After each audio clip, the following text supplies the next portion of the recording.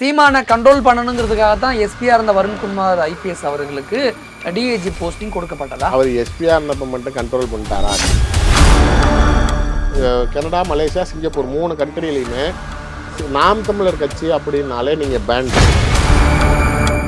விஜய்னால் ஒரு கட்சி அழிய போகிறதுனா அது நாம் தமிழர் வளர்ந்துகிட்டு இருக்கு. எத்தனை வருஷமா? விஜயோட வெற்றி தான் சீமானோட தோல்வியா? விஜயோட என்ட்ரியே சீமானோட அழிவு. 8% வாக்கு வங்கி வச்சிருக்கேன்னு சொல்ற சீமான் இந்த 2026 சட்டமன்ற தேர்தலில் 3 அல்லது 3.5% இறங்குவார் பாருங்க. அந்த பேலன்ஸ், அந்த வாக்கு எங்க போகும்? விஜய்க்கு. தமிழ்நாட்டு அரசியல்ல பொறுத்த வரைக்கும் சண்டை செய்யக்கூடிய, ஒத்தைக்கு ஒத்த நின்று தைரியமா பேசக்கூடிய, வீரமா பேசக்கூடிய ஒரே அரசியல் தலைவர்னா அது சீமான் மட்டும்தான். நீங்களும் துப்பியா? சீமான் எப்படி நீங்க பெரியவாதின்னு சொல்லிட? வேற என்ன சொல்லணும்? அவரை பெண்கள்வாதின்னு சொல்லணுமா? ஏன் வேற என்ன சொல்லணும்? அவரை பிரிவினைவாதி sir.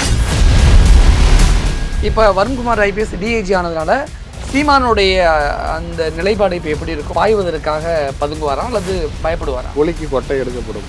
Sir what you mean? சாம்பாருக்கு ஒலி. சீமான் சம்பந்தப்பட்ட அந்த ஆடியோக்கெல்லாம் வெளியிட்டது யாருன்னு ஒரு கேள்வி இருக்குல்ல? அது நான் தான். இப்போ விஜயை பார்த்து சீமான் பயந்துட்டாரு, அதனால தான் ரஜினியை போய் பார்த்தாருன்னு சொன்னீங்களே. அப்போ சீமான் இழுக்கு ரஜினி உடன்பட்டு போறாருன்னு அப்படிங்கிறது. 26 தேர்தலில் இது மாதிரி சும்மா வெறும் வாயை வைத்து வியாபாரம் செய்யக்கூடிய புரோக்கர்களுக்கு மக்கள் தக்க பாடம் புரோக்கர்லாம் ஏன் சார் அப்படியே 10% இருக்கு. ஆனால் அது எந்த கட்சிக்கு வாக்களிக்குதோ அதை தான் ஆளுங்கட்சியாக மாற்றிக்கிட்டு இருக்கு. அந்த 10% தான் இந்த டோபர் இப்போ கேட்ச் பண்ணி வச்சிருக்குது. டோபரா? ஆமாம். அது யாரு? இப்போது புதிய அறிமுகம் ஆச்சி ஹோட்டல் சாம்பார் 50 கிராம் ரூபாய் 20 மட்டுமே. எஸ்விசி ஆதித்யா ராம் மூவிஸ் தயாரிப்பில் சங்கர் இயக்கத்தில் ராம் சரண் நடிக்கும் கேம் சேஞ்சர் ஜனவரி 10 முதல். நாம் தமிழர் கட்சி போலீஸ்னால கண்காணிக்கப்பட வேண்டிய ஒரு கட்சி அப்படின்னு வருண்குமார் ஐபிஎஸ் வந்து நார்த்தில் போய் பேசிட்டு வந்தாரு. சீமானும் வருண்குமார் ஐபிஎஸ்க்கு எதிராக பயங்கரமா எதிர்த்து பேசினாரு. ஆனால் இன்னைக்கு வருண்குமார் ஐபிஎஸ் டிஏஜியாக போஸ்டிங்கில் போயிருக்காரு. இப்போ சீமானுக்கு ஒரு பயம் வந்திருக்குமா? சீமானுடைய மனநிலை இப்போ எப்படி இருக்குன்னு நினைக்கிறீங்க? ஒரு அரசியல் விமர்சகராக உங்களை பார்வை. சார், அவர் தான் சரண்டர் ஆயிட்டாரு. எனக்கும் வருண்குமார் ஐபிஎஸ்க்கும் எந்த தனிப்பட்ட முறையான பிரச்சனையும் இல்லை. நாங்களாம் நம்ப மாட்டோம் சார். சீமான் என்னைக்கு சரண்டர் அடைஞ்சு தமிழ்நாட்டு பார்த்துருக்கு? வேற அவர் சண்டை செஞ்சு என்னைக்கு பார்த்துருக்கீங்க? சீமான் சண்டை செஞ்சு தான் டெய்லி தமிழக அரசியல் பார்க்குது. ஐயோ, அது சண்டை செய்யறதா? சீமான் நீங்க லேசிப்பட்ட ஆளா நினைக்கிறீங்க? தேவையில்லாத பேசுறது. சண்டை செஞ்சு என்ன பிரயோஜனம்? சாதிச்சு கட்டுறது தான் சார் சண்டை செய்யறது. சும்மா நாளைக்கு வாய்ஸ் விடால் பத்திரிகையாளர்கள் மத்தியில் நின்றுக்கிட்டு 40 நிமிஷம் நாளைக்கு எல்லாத்துக்கும் நாளைக்கு ஏதோ கிண்டலும் கேலியும் நாளைக்கு வந்து நையாண்டி பேசுறதெல்லாம் நாளைக்கு அரசியல் நாகரிகமா? தமிழ்நாட்டு அரசியல்ல பொறுத்த வரைக்கும் சண்டை செய்யக்கூடிய, ஒத்தைக்கு ஒத்த நின்று தைரியமா பேசக்கூடிய, வீரமா பேசக்கூடிய ஒரே அரசியல் தலைவர்னா அது சீமான் மட்டும்தான். நீங்களும் தும்பியா? ஏன் சார் இதுக்கு தும்பியா தான் இருக்கணுமா என்ன? ஆமா, சார் நான் தும்பியாவே இருந்துட்டு போறேன். பிரயோஜனம் இல்லாத விளக்கமாறு நல்லா கூட்டுதுன்னு சொன்னா அப்ப நாளைக்கு நீங்க தும்பியா தான் இருக்குதுன்னு சொல்ல முடியும். வேற என்ன?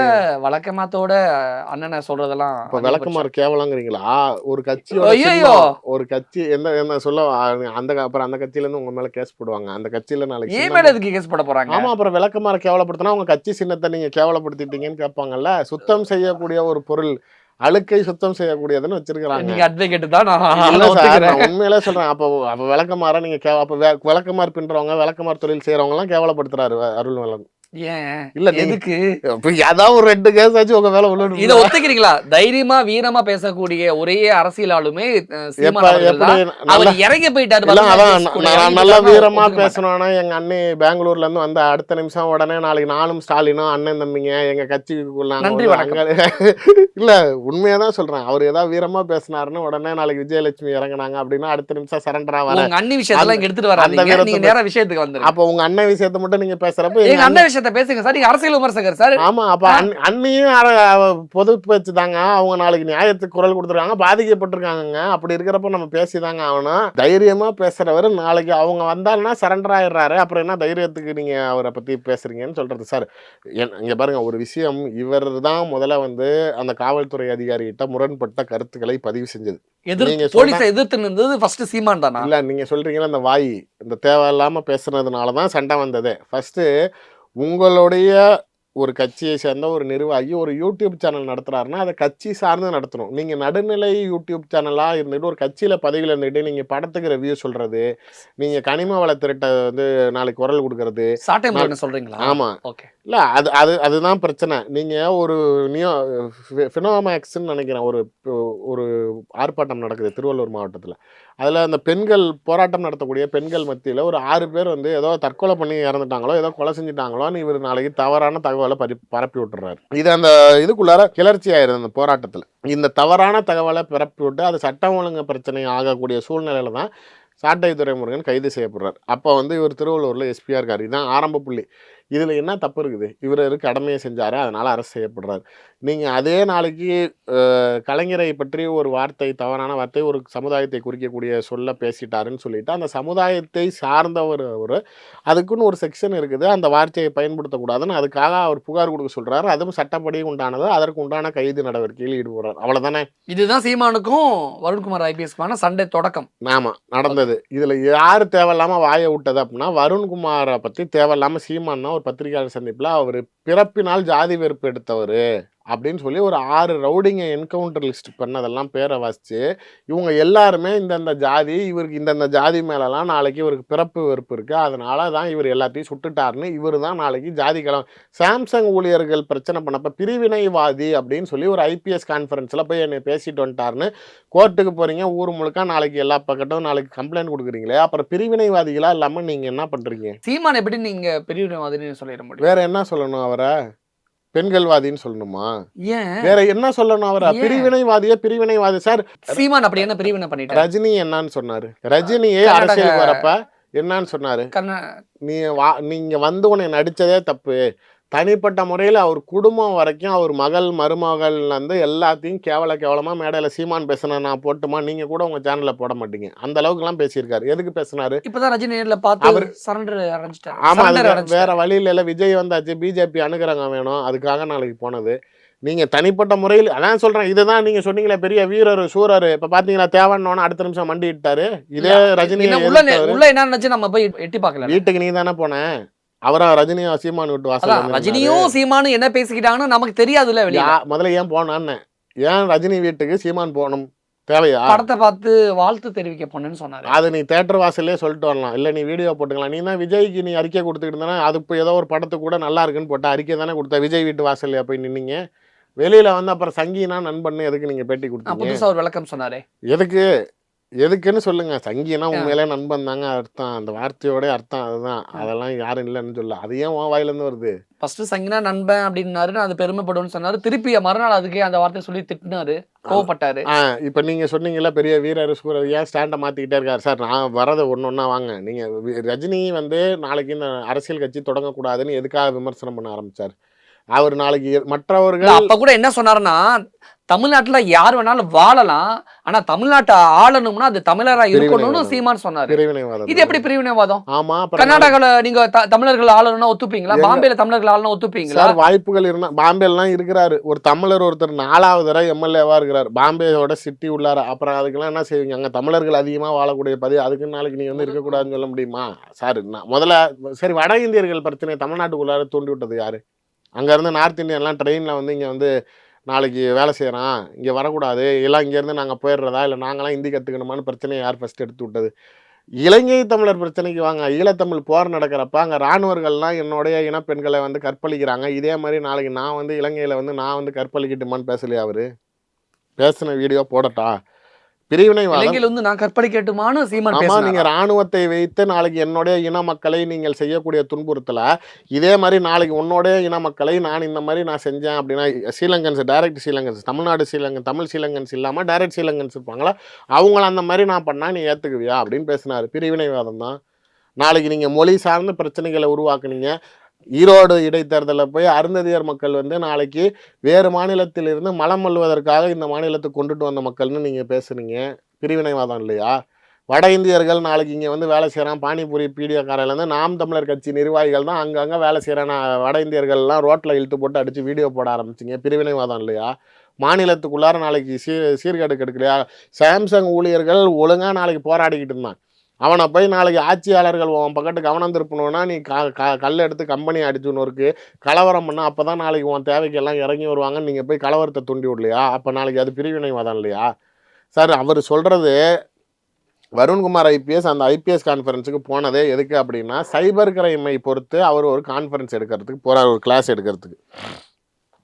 அதுக்காக போகிறப்ப நீங்கள் அவர் அந்த பேட்டர்ன் அவர் ஜென்ரலாகவே கொஞ்சம் சைபர் கிரைமில் கொஞ்சம் ஸ்ட்ராங்கான பர்சன். ஓகே, இவர் எதுக்காக அதை ரிவீல் பண்ணுறாரு அப்படின்னா இவங்க பண்ணுற எல்லாமே இந்த நிர்வாகிகள் எல்லாமே ஃபாரினில் இந்த குருவிங்க அந்த அங்கே ஏதாவது இந்த கான்ட்ராக்டில் வேலை செய்ய போவாங்கல்ல ஒரு சின்ன வேலைகளுக்கு அவங்கள தான் இவங்க பிடிக்கிறது. இவங்க ஃபேமிலியை நாங்கள் இங்கே பார்த்துக்குறோம் அப்படின்னு சொல்லிட்டு கஷ்டப்படுறவங்க வீட்டில் ஒரு 500 1000 கொடுத்துறப்ப அப்பா அவங்க நமக்கு உதவியாக இருக்காங்கங்கிறப்ப அந்த பையன் இவனுக்கு ரொம்ப சென்டிமெண்டல் ஆயிடுறாங்களா. இவங்க ஒரு குரூப்புக்குள்ளார வச்சுக்கிட்டு எல்லாம் ஃபேக் ஐடி கிரியேட் பண்ணி இவங்கள யாரை டார்கெட் பண்ணுறோமோ அவங்கள அடிக்க வைக்கிறாங்க. இப்போ இதில் நான் அதான் சொல்கிறேன்ல, தனிப்பட்ட முறையில் இவருடைய அரசாங்க கடமையை சரிவர செய்ததுக்காக அவருடைய மனைவியை கொச்சையாக சித்தரித்து மார்க் பண்ணி அவங்கள விமர்சனம் பண்ணி நீங்கள் போடுறீங்க. ஒரு கோவப்படுறாரு, அவரை கைது செய்யணும்னு நினைக்கிறப்ப எல்லாருக்கும் நினைவு இருக்கும்னு நினைக்கிறேன். மத்திய அரசாங்கம் ஒரு 23 அப்ளிகேஷன்ஸை இந்தியாவில் பேன் பண்ணாங்க. இன்ஸ்டாகிராம், வாட்ஸ்அப்பு, ஃபேஸ்புக்கு எல்லாத்தையுமே. அப்போ இதை நான் அலோவ் பண்ணணும் அப்படின்னா நீ உன்னோட கம்ப்ளீட் டேட்டாஸை என் கண்ட்ரிக்குள்ளார இருக்கிறத நீ எனக்கு ரிவீல் பண்ணிடணும். நீ எனக்கு அந்த எண்ட் டு எண்ட் என்கிரிப்ஷனை நான் வெளியில் ரிவீல் பண்ண மாட்டேங்கிறதெல்லாம் இருக்கக்கூடாது. என் நாட்டுக்குள்ளார என்ன நடக்குது அப்படிங்கிற டேட்டாஸை நீ என்கிட்ட கொடுத்தாதான் நீ என் நாட்டில் அப்ளிகேஷன் நடத்த முடியும். இல்லைனா நீ வேணான்னாங்க. ஒரு சில யார் ஒத்துக்கிட்டாங்களோ அவங்களுக்கு மட்டும் லைசன்ஸ் கொடுக்கப்பட்டுச்சு. ஒத்துக்காதவங்க அந்த டிக்டாக்கு இதெல்லாம் பேன் பண்ணு அப்படின்னு க்ளோஸ் பண்ணிட்டாங்க. இதுதான் ரியாலிட்டி. இப்போ இதில் என்னென்னா இந்தியாவுக்குள்ளார நீங்கள் நாளைக்கு ஒரு எக்ஸ் அக்கௌண்ட் வச்சுருக்கிறீங்க, ஒரு ஃபேஸ்புக் அக்கௌண்ட் வச்சுருக்கீங்க, இல்லை வாட்ஸ்அப்பில் நாளைக்கு நீங்கள் பண்ணுறீங்கன்னா உங்களுடைய விவரங்களை சேகரிக்கிறதுக்கு காவல்துறையினால் முடியுது. ஏன்னால் இந்தியாவுக்குள்ளே இருக்கிற எல்லா காவல்துறையோட சிஸ்டமும் ஒன்றா நாளைக்கு ஆப்டிக் ஃபைபர் மூலமாக எல்லாம் கனெக்ட் பண்ணிடுறாங்க. பட் ஆனால் வெளிநாட்டில் இருக்கக்கூடிய இந்த ஃபேக் அக்கௌண்ட்ஸை நாளைக்கு அவனை அங்கே கண்டுபிடிக்கணும், ட்ராக் பண்ணணும் அப்படின்னா இந்த ஃபேஸ்புக்கோ இல்லை எக்ஸோ நாளைக்கு அவங்களோட யூஎஸ் ஆஃபீஸில் மெயின் ஹெட் குவார்ட்டர்ஸில் பேசி டேட்டாஸ் வாங்க வேண்டியது இருக்குது. அதை கொடுக்க மாட்டாங்க, ஏன்னா வேறு கண்ட்ரியில் இருக்கிறனால. இப்போ இந்த மாதிரி அங்கே இருந்துக்கிட்டு என்ன வேணாலும் செய்யலாம். ஒரு பிரிவினைவாதத்தை தூண்டலாம், ஒரு குடும்பத்தை அசிங்கப்படுத்தலாம், பெண்களை கேவலப்படுத்தலாம், இந்த மாதிரி ஒரு ஃபேக் ஐடி கிரியேட் பண்ணிக்கிட்டு பண்ணலாங்கிறப்ப இது அந்த சைபர் கிரைமை ஒரு அரசு அதிகாரியாக கையாளக்கூடிய வகையில் எனக்கு அது சிரமமாக இருக்குது. இது அரசாங்கம் கொஞ்சம் கவனம் செலுத்தணும். இந்த விவரங்கள் வாங்கிறதுக்கு நீங்கள் கொஞ்சம் துரிதப்படுத்தணும். தனிப்பட்ட முறையில் நானே தாக்குதலுக்கு உண்டான இதுதான் சார் அவர் சப்ஜெக்ட். புரியுதா? ரியாலிட்டி அவர் பேசுகிறது நியாயம். நீ எங்கேயோ கனடாவில் உட்காந்துக்கிட்டு அங்கே நீ 5000 ரூபா கூலிக்கு வேலைக்கு போனவன் அங்கே ஒரு ஃபேக் அக்கௌண்ட் வச்சுக்கிட்டு நீ நாளைக்கு புலி ஃபோட்டோ வச்சுக்கிட்டு சீமான் ஃபோட்டோ வச்சுக்கிட்டு நீ அங்கே இருந்துட்டு நாளைக்கு என் பொண்டாட்டியும் என் குடும்பத்தையும் அவர் பொண்டாட்டியும் அவர் குடும்பத்தையும் நீ அங்கே திட்டுற அப்படிங்கிறப்ப நீ யார் அப்படிங்கிறத கண்டுபிடிக்கிறதுக்கு கூட இங்கே உன்னை பிடிச்சாதானே நாளைக்கு லாக் பண்ண முடியும். உன் ஃபேமிலி இங்கே தான் இருக்கும். இப்போ இங்கே அடித்தா நீ உனக்கு அங்கே வலிக்கும். பட் ஆனால் நீ யாருன்னு கண்டுபிடிக்க முடியாத அளவுக்கு உன் டேட்டாஸ் கன்சீல்டாக இருக்கிறப்ப எங்களால் நாளைக்கு உன் மொபைல் நம்பரோ உன்னோடைய டேட்டாவோ உன்னோடைய உண்மையான புகைப்படமோ உன் பாஸ்போர்ட்டோ எங்களுக்கு கிடைக்க மாட்டேங்குது. ஏன்னா அந்த ஃபேக் ஐடினால இவங்க அப்புறம் நாளைக்கு இங்கே வெளிநாட்டில் இருந்துக்கிட்டு இந்த மாதிரி இணைய கூலிப்படைகளை வச்சுக்கிட்டு இயங்குறவங்கள பிரிவினைவாதின்னு சொல்லாமல் வேறு என்னன்னு சொல்லுவாங்க. உங்களுடைய அரசியல் செயல்பாடுகளும் அப்படி தானே இருக்குது. இதற்கு முன்னாடி வரைக்கும் நீங்கள் ஜாதியை சொல்லி அரசியல் பண்ணிக்கிட்டு இப்போ இவர் ஜாதி அரசியல் பண்ணுறாரு. தன்னுடைய மதத்தை மறைத்து அவர் ஒரு கிறிஸ்துவராக இருந்து கொண்டு அதை மறைச்சிட்டு நீ பீஃப் சாப்பிடு, யங்ஸ்டர்ஸை புல்லோவர் பண்ணுறாரு, நாளைக்கு பீஃப் சாப்பிட்டு ஜிம்முக்கு போ, உடம்பை ஏற்று அப்படிங்கிறப்ப இது நீங்கள் ஒரு கிறிஸ்துவராக சொல்லியிருந்தால் பிரச்சனை வேறு மாதிரி போயிருக்கும். அப்போ அதுவும் பிரிவினைவாதம் தான். நீங்கள் ஏன் செபாஸ்டின் உங்களுடைய சைமன் செபாஸ்டினுங்கிற பேரை ஏன் நீங்கள் மறைக்கிறீங்க? அதுவே நாளைக்கு சில அரசியல் சூழ்நிலைகளில் நீங்கள் செய்யக்கூடிய விஷயங்கள் தவறாக இருக்குது. மொழி சார்ந்த விஷயங்களில் அரசியல் செய்ய ஆரம்பிச்சிங்க. இனத்துக்குள்ளார எல்லா தாழ்த்தப்பட்ட சமூகத்தோடைய அரசியல்லையும் உள்ளே பூந்துக்கிட்டு கலவரம் பண்ணி வர்றீங்க.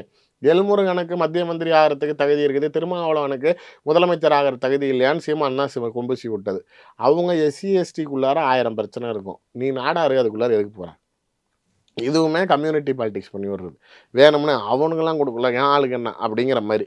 இவரை நாளைக்கு மற்ற அரசியல் கட்சிகளும் பணம் கொடுத்து பயன்படுத்துவதுங்கிறது அரசியல் கட்சிகளை ஆளுங்கட்சியை விமர்சனத்துக்குள்ளாக்குவதற்கும் இங்கே இருக்கிற சட்டம் ஒழுங்கு பிரச்சனையை சீர்கெடுக்கிறதுக்கும் இந்த மாதிரி பிரிவினைவாதத்தை தூண்டி விட்டு கலவரம். சார் கனடாவோட நான் உங்களுக்கு இது பேஜ் வேணாலும் தரேன். கனடாலையும் மலேசியாவில் கனடா, மலேசியா, சிங்கப்பூர் 3 கண்ட்ரிலையுமே நாம் தமிழர் கட்சி அப்படின்னாலே நீங்கள் பேண்ட், நீங்கள் சேரக்கூடாது. உண்மையா? தமிழ்நாடு அப்படிங்கிறதே நீங்கள் வந்து எல்டிடி ஃபேக்டருங்கிற மாதிரி இவங்களோட பிரச்சனைனால தமிழர்கள்னாலே ஒரு சந்தேக பார்வையில் கொண்டுட்டு போகிற அளவுக்கு இந்த 3 நாட்டுக்குள்ளாரையும் மாறிட்டாங்க. அதில் மலேசியாவோட கவர்மெண்ட் வெப்சைட்டில் நானே ஆக்சுவலாக எனக்கு வேற ஒருத்தவங்க லிங்க் அனுப்பிச்சாங்க, நான் கூகுள் டிரான்ஸ்லேட்டர் போட்டு தான் பார்த்தேன். நீங்களே அந்த கூகுள் டிரான்ஸ்லேட்டர் போட்டு வேணாலும் பக்கத்தில் போடுங்க. அதில் கம்ப்ளீட்டாக சீமானை சேர்ந்த ஆர்கனைசேஷன், அதை சார்ந்தவர்கள் இந்த நாட்டுக்குள்ளார வரக்கூடாது, நீங்கள் எல்லாமே நக்சல் மாவோயிஸ்ட் மாதிரி தீவிரவாத செயல்பாடுகள் உள்ளவங்க இந்த நாட்டுக்குள்ளார வரக்கூடாதுன்னு அஃபிஷியலாக கவர்மெண்ட் பேஜில் போட்டு வச்சிருக்காங்க. ஆனால் அப்புறம் எப்படி இந்திய கவர்மெண்ட்ல எப்படி நாம் தமிழருக்கு பர்மிஷன் கொடுத்துருக்காங்க, எப்படி அனுமதிக்கிறாங்கன்னு நினைக்கிறீங்க? அப்போ சார் அதுதான் கவர்மெண்ட் தேவைக்கு கையில் வச்சிருக்கு சார். நான் கேட்குறேன், இன்டெலிஜென்ஸ் எல்லாம் வந்து விசாரிச்சாங்க, வந்துட்டு நாளைக்கு எனக்கு நல்லவேன்னு சொல்லிட்டு போயிட்டாங்கன்னு லூஸ் மாதிரி பேசுறானே. இப்போ நாளைக்கு நீங்கள் வர லூஸ் மாதிரி சார் வார்த்தை. உண்மையிலே நீங்கள் என்ஐஏவை அசிங்கப்படுத்துறீங்க. உங்களுக்கு அதோடைய ஏஜென்சியோடைய பவர் என்னன்னு தெரியல. கிரவுண்ட்ஸே இல்லாமல் ஒரு சின்ன ஒரு ஹோல்டு, ஸ்ட்ராங்கான ஹோல்டு இல்லாமல் உங்ககிட்ட வரமாட்டாங்க சார் அவங்க. இப்போ என் வீட்டுக்கு வந்து என்னை பார்த்துட்டு பரவாயில்ல சூர்யா நல்லவருங்கிறதுக்காக சும்மா வீட்டு பார்க்க வந்தேன், இல்லை உங்கள் வீட்டுக்கு வந்து நாளைக்கு அருள்வன் நல்லவருதுங்கிறதுக்காக சும்மா ஒரு வீடாக போகிறதுக்கு வேணா கெஸ்ட்டா உங்ககிட்ட நாளைக்கு சார் உங்களோடைய ரைடு அடித்து அவ்வளோ இடத்துலையும் ஹோல்டு இருக்க போக தான் ரைடு அடித்தாங்க. எல்லார் வீட்டுக்குள்ளாரையும் என்ஐஏ போயிட்டு வேறு எந்த அரசியல் கட்சிக்குள்ளார என்ஐஏ போயிட்டு இது வரைக்கும் தமிழ்நாட்டுக்குள்ளார என்ஐஏ போனது 2 கட்சி தான். ஒன்று எஸ்டிபிஐ, இன்னொன்று நாம் தமிழர் கட்சி. நாம் தமிழர் கட்சி உள்ள ரைடு போனாங்களா, என்ன கேஸ் ஃபைல் பண்ணாங்க சார்? வெளியில் எப்படி சொல்லுவாங்க? ஓகே, அவங்களோட அது சீக்ரெட் ஏஜென்சி தான் அவங்க. எஸ்டிபிஐ வந்து பிஎஃப்ஐ தடை செய்யப்பட்ட பிஎஃப்ஐ இயக்கத்துடன் தொடர்பில் இருந்தது. இப்போ எஸ்டிபிஐ 48 இடங்களில் தமிழ்நாட்டில் பெட்ரோல் குண்டு வெடிச்சது. அதில் கைது செய்யப்பட்ட 36 பேர் எஸ்டிபிஐ சேர்ந்த நிர்வாகிகள். அப்படி இருந்த ஒரு கட்சிக்குள்ளார போகிற என்ஐஏ ரைடு உன் கட்சிக்கும் வருதுன்னா கிரவுண்ட்ஸ் இல்லாமல் வருதா? சாட்டை துரைமுருகன், இடுமாவனம் கார்த்தின்னு உன் கூட நெருக்கமாக இருக்கிற எல்லாத்தோட வீட்டுக்கும் போதுங்கிறப்ப உள்ளே வந்துட்டு உன்னை நல்லவேன்னு சொல்கிறதுக்கு வந்துட்டு போனாங்கங்கிறதெல்லாம் கேவலமா இல்லையா? டெல்லியை பொறுத்த வரைக்கும் உன்னுடைய குடுமையெல்லாம் அவங்க கையில் இருக்குது. வெளிநாடு சார் தேர்தல் விதிகளுக்கு அப்பாற்பட்டு தான் இவர் நிறையா செய்கிறது. இவருடைய கட்சி அலுவலகம் தனி நபர் பேரில் இருக்குது, பாக்யராஜ்னு. அது தேர்தல் விதிக்கு அப்பாற்பட்டது. அப்படி ஒரு கட்சியோடைய இப்போ ஆஃபீஸு கட்சி பேரில் ஒரு ட்ரஸ்ட்டில் தான் இருக்கணும், இண்டிவிஜுவல் நேமில் இருக்கக்கூடாது. அதுமாதிரி வெளிநாடுகளில் இருந்து நிதி வசூல் பண்ணக்கூடாது, நிதி வசூல் பண்ணால் தடை செய்யப்படும். அதுமாதிரி நிதி வசூல் பண்ணதுக்கெல்லாம் வரி கட்டணும். இவர் அது எதையுமே கணக்கில் காட்டலை. தேவையில்லாமல் 20 எல்லா கட்சிக்குமே தானே. ஆமாம். ஓகே. ஆனால் வெளிநாட்டிலேருந்து எந்த கட்சி வாங்குது? இவர் மட்டும்தான் வெளியில் போய் உண்டியல் கொடுக்குறாரு. ஏன்னா உள்ளூரில் இருக்க எவனும் மதிக்க மாட்டேறான். 28 கோடி ரூபாய்க்கு கட்சி ஆஃபீஸ் வாங்குறீங்க. அப்போ ஆனால் நீங்கள் ஒரிஜினலாக வசூல் பண்ணது 28 கோடி ரூபாய்க்கு, ஆனால் ஆஃபீஸ் வாங்கினது 7 கோடி ரூபாய்க்கு. அப்போ மீதி காசு எங்கே போச்சு, என்ன பண்ணுச்சு? அந்த 7 கோடி ரூபா செலவு பண்ணது ஏன் தனிநபர் பேரில் பாக்யராஜன் பேரில் வசூல் பண்ணிவிட்டு நீ ஏன் பாக்யராஜ் பேரில் சொத்து வாங்கின? இதெல்லாம் தேர்தல் விதிகளுக்கு அப்பாற்பட்டது. தடை செய்யப்பட்ட வேண்டிய முழு ஆதாரங்களும் இவர் மேலே இருக்குது.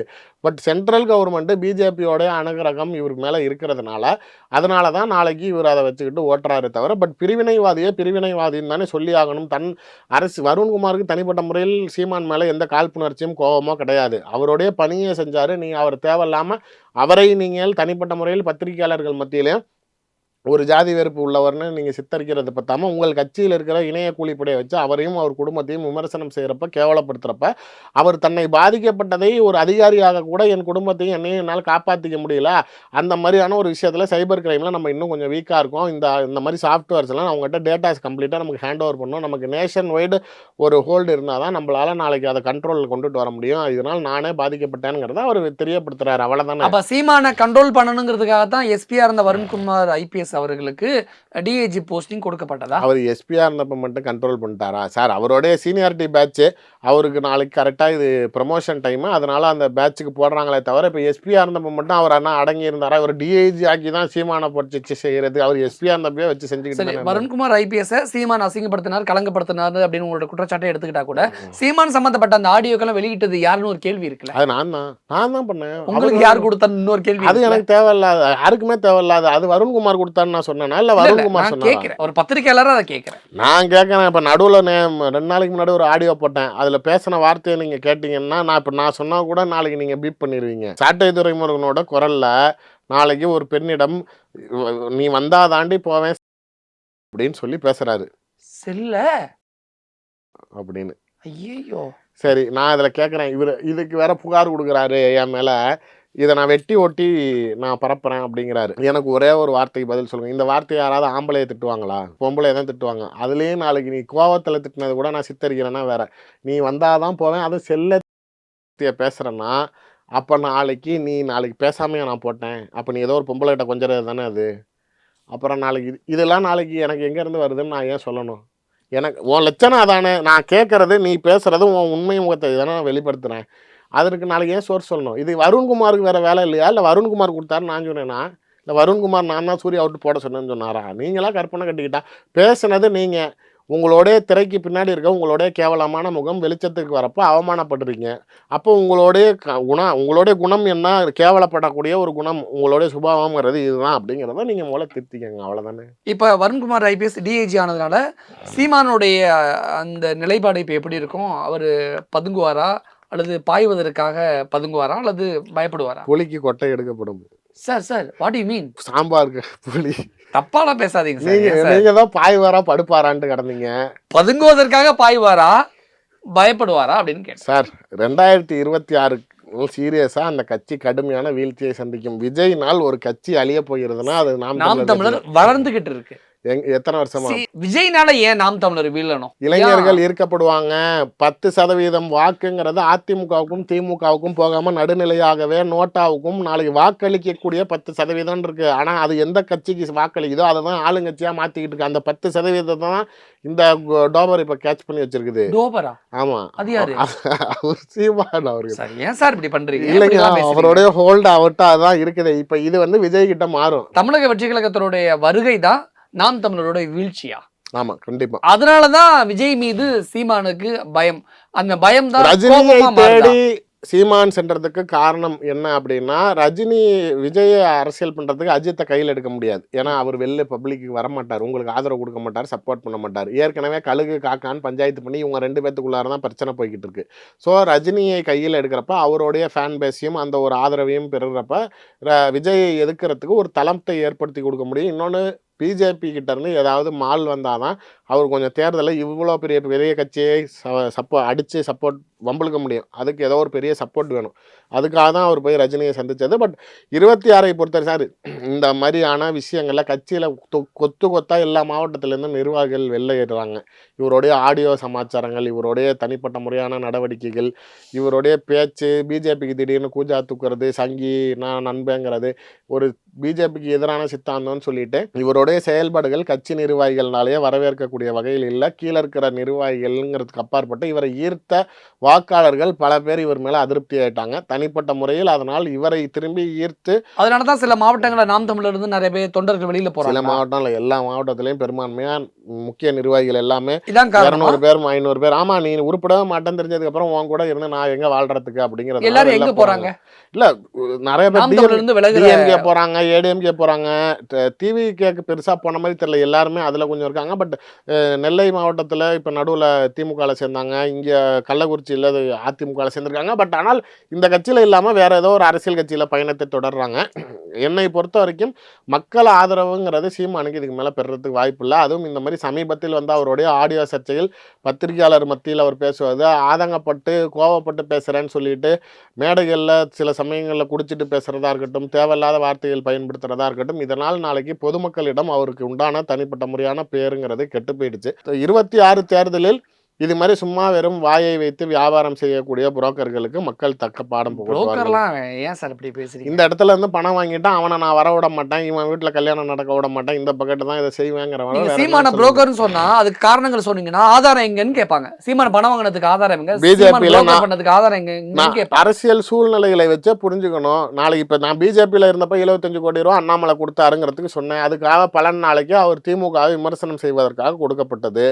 அதுக்கு நான் பணம் வாங்கலன்னு சொல்லுங்க சார். இன்னைக்கு வரைக்கும் ராகுல் காந்தி என் தூத்துக்குடி திருநெல்வேலியில் வெள்ளம் வந்தப்போ வரல, வயநாடுக்கு மட்டும் போறீங்கன்னு கேட்குறவர், வயநாடுல அவர் எம்பியா இருந்தார், அவருடைய தொகுதிக்கு போறாரு. மோடி ஆனால் தூத்துக்குடிக்கும் திருநெல்வேலிக்கும் ஏன் வரலன்னு இது வரைக்கும் என்ன கேட்டிருக்காரு தீமானு. கம்ப்ளீட்டாக அவர் பிஜேபியை எதிர்த்து விமர்சனம் பண்ணது ஏதாவது ஒன்று ஸ்ட்ராங்காக சொல்லுங்கள். இன்றைக்கி கூட சாட்டையில் வந்து அண்ணாமலை அடிச்சுக்கிட்டது எனக்கு ஐயோ எனக்கு வருத்தமாக இருந்துச்சுன்னு அதை ஆதரவு கொடுத்து அறிக்கை கொடுக்குறாரு. நீங்கள் அவர் கடுமையாக பிஜேபியை ஆதரவு கொடுத்து தான் பேசிக்கிட்டு இருக்காரு. எடப்பாடி இது வரைக்கும் எங்கே விமர்சனம் பண்ணியிருக்காரு? பணம் வரக்கூடிய எந்த இடத்துலையும் பேச மாட்டார். நீங்க இப்ப விஜய் அடிக்கிறதுனால திமுக இருந்து பணம் போறதா கூட தான் எனக்கு ஒரு தகவல் வந்துச்சு. அதனால தான் இப்ப டிஎம்கே விமர்சனம் பண்ண மாட்டேங்கிறாரு. இப்ப விஜயை பார்த்து சீமான் பயந்துட்டாரு, அதனாலதான் ரஜினியை போய் பார்த்தாருன்னு சொன்னீங்களே, அப்ப சீமான் இழுக்கிற இழுக்கு ரஜினி உடன்பட்டு போறாருன்னு அப்படிங்கிறீங்க? இல்ல சார், ஆக்சுவலா என்னன்னா ரவீந்திரன் துரைசாமி தான் கூட்டு போனது. அவரு நாடார் கம்யூனிட்டி மைண்ட் செட், அவர் கொஞ்சம் அந்த பிரியம் ஜாஸ்தி உண்டு. அதனால சீமான் வந்து அந்த நாடார் சமூகத்தோட மைண்ட் செட்டை யூஸ் பண்ணி அவரை வச்சு ரஜினி கிட்ட அப்பாயின்மெண்ட் வாங்குறாரு. அவரு கொஞ்சம் நல்ல பிஜேபி கான்டாக்டும் உண்டு ரவீந்திரன் துரைசாமிக்கு. அதனால இவர்கிட்ட கூட்டிட்டு போய் சந்திக்க வைக்கிறாங்க. பட் ஆதரவுங்கிறது தேர்தல் சமயங்கள் நெருங்குறப்ப தெரியும். பட் கட்சிக்குள்ளார இருக்கிற ஒரு சில பேருக்கு இப்போ அண்ணாமலை தான் இவருக்கு பிஜேபியில் ஒரு பெரிய ஸ்ட்ராங் ஹோல்டாக இருந்துச்சு. அடுத்த மாநில தலைவர் யார் வரப்போகிறாங்கன்னு தெரியல. பட் அதுக்குன்னு அவர் வர வரைக்கும் இவர் காத்துக்கிட்டு இருந்தால் இவர் நிலை என்ன ஆகுங்கிறப்ப ரஜினியை வைத்து டெல்லியில் பேசுவதற்கான ஒரு முயற்சி, ஆர்எஸ்எஸ்ல பேசுறதுக்கான ஒரு முயற்சியாக தான் எனக்கு வந்த தகவல். அதனால தான் வெளில வந்து சங்கினா நண்பன் அப்படி இப்படின்னு சொன்னது. ஏன்னா ரஜினிக்கு நல்ல ஆர்எஸ்எஸ் லாபி உண்டு. இவருக்கு வந்து 26 வந்து கூட்டணிக்குன்னு இல்லை, அவருக்கு தேவையான ஒரு பொருளாதார சப்போர்ட்லாம் செய்யறதுக்காக வந்து பேசுறாருங்கிறது தான் பார்வை. விஜயோட வெற்றி தான் சீமானுடைய தோல்வியா? விஜயோட அப்படிதான் என்ட்ரியே எடுத்துக்கணுமா? சீமானோட அழிவு. நீங்க ஜெயிக்கலாம் வேணாம், விஜயோட விஜயோட entry-யே என்ட்ரியே சீமானு க்ளோஸ். நீங்க பாருங்க, இந்த ஒட்டுமொத்த விஜய் மீது இருக்கக்கூடிய கோபத்துக்கு இது ஒரே ஒரு காரணம் தான். 8% வாக்கு வங்கி வச்சிருக்கேன்னு சொல்ற சீமான் இந்த 2026 சட்டமன்ற தேர்தலில் 3 அல்லது 3.5% இறங்குவார். பாருங்க, அந்த பேலன்ஸ், அந்த வாக்கு எங்க போகும்? விஜய்க்கு தான் போகும். விஜய்க்கு போற ஓட் பேங்கே வந்து ஏடிஎம்கே அண்ட் சீமான் தான். டிஎம்கேவோட ஓட் பேங்க் எதுவுமே நாளைக்கு விஜய்க்கு போகாது. அப்ப நீங்க சொல்றது பார்த்தா ஆட்டோமேட்டிக்கா மீண்டும் திமுக தான் ஆட்சி அமைக்கும், அப்படிதான்? ஆமா, என்னுடைய கணக்கு. உண்மையிலே இப்படியே போச்சு அப்படின்னாலும் பிஜேபி ஏடிஎம்கே அலைன்ஸ் ஏற்பட்டாலும் சரி, விஜய் தனியாக நின்னாலும் சரி, டிஎம்கே நின்னாலும் சரி, இவங்க 2 பேத்துக்குள்ளார ஏடிஎம்கே அண்ட் விஜய் தான் கிளாஷ் வருமே தவிர டிஎம்கே வந்து 2016 வைகோ அணியை உருவாக்கி ஜெயலலிதா எப்படி மீண்டும் ஆட்சி அமைச்சாங்களோ அது மாதிரி தான் திமுக சுமூகமான சூழ்நிலை தான் அமையும். நிறைய விஷயம் நீங்க கூட ஷேர் பண்ணிக்கிட்டீங்க, மிக்க நன்றி. நன்றி. இப்போது புதிய அறிமுகம் ஆச்சி ஹோட்டல் சாம்பார் 50 கிராம் ரூபாய் 20 மட்டுமே. எஸ்விசி ஆதித்யா ராம் மூவிஸ் தயாரிப்பில் சங்கர் இயக்கத்தில் ராம் சரண் நடிக்கும் கேம் சேஞ்சர் ஜனவரி 10 முதல்.